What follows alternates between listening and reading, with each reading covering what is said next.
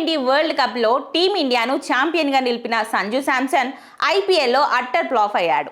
Rajasthan Royals నుంచి Chennai super కింగ్స్కి వచ్చిన Sanju Samson IPL 2026 season తొలి 3 మ్యాచ్లలోనూ దారుణంగా విఫలమయ్యాడు. సంజు విఫలాలతో సిఎస్కే కూడా 3 మ్యాచ్లలో ఒక్కటి కూడా గెలవలేకపోయింది.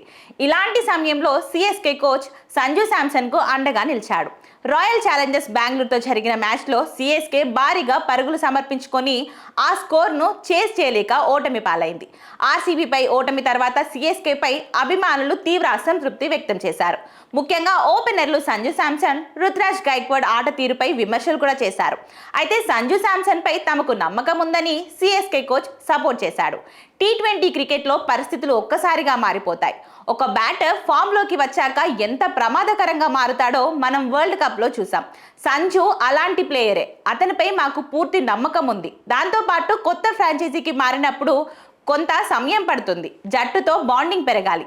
మైదానంలోనే కాదు బయట కూడా కోఆర్డినేషన్ అవసరమని అతని కోచ్ చెప్పుకొచ్చాడు.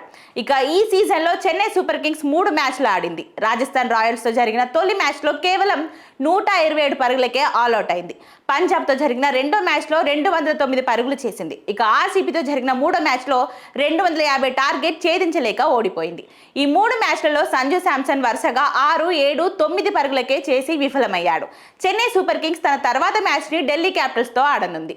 ఈ మ్యాచ్ సమయానికి సంజు శాంసన్ తిరిగి ఫామ్లోకి వస్తాడని అభిమానులు భావిస్తున్నారు. ఇదే మ్యాచ్కి ఎంఎస్ ధోనితో పాటు డివర్డ్ బ్రేవిస్ కూడా అందుబాటులోకి రానుండడం సిఎస్కేకు కలిసొచ్చే అంశంలా కనిపిస్తుంది.